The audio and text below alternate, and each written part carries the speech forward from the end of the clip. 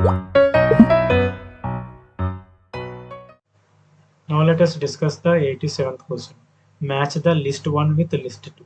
In list 1 they given the compounds and in list 2 their magnetic moments. In this type of matching questions, we no need to calculate all the magnetic moments of given compounds. Just you have to calculate them, pick up the only one compound and calculate its magnetic momentum and match them. Here you have to calculate the oxidation number of ferrous, that's what indicated as X. We know that cyanide having the negative charge, that means 6 into minus 1 equal to minus 4. X equal to X minus 6 equal to minus 4. X equal to plus 2. So its oxidation state of ferrous is Fe2 positive. We know that Fe is atomic number 20 is electronic configuration argon 4s2 3d6. Here by loss of 2 electrons from 4s2 it becomes argon 4s0 3d6. Now let us arrange these electrons in d orbitals.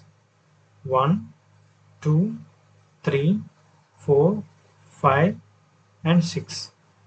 We all know that cyanide is a strong field ligand. It will pair up the electrons. It becomes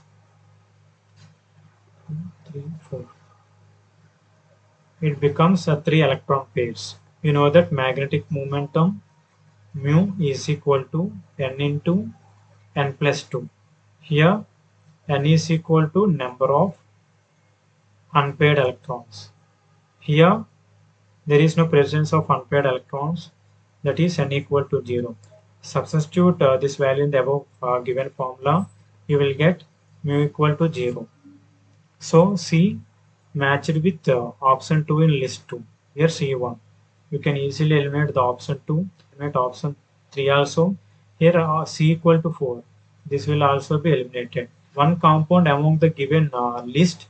By this way you can easily eliminate the given options. So our answer is option A is the correct answer. Remaining compounds do as a homework and send your answer to my WhatsApp number.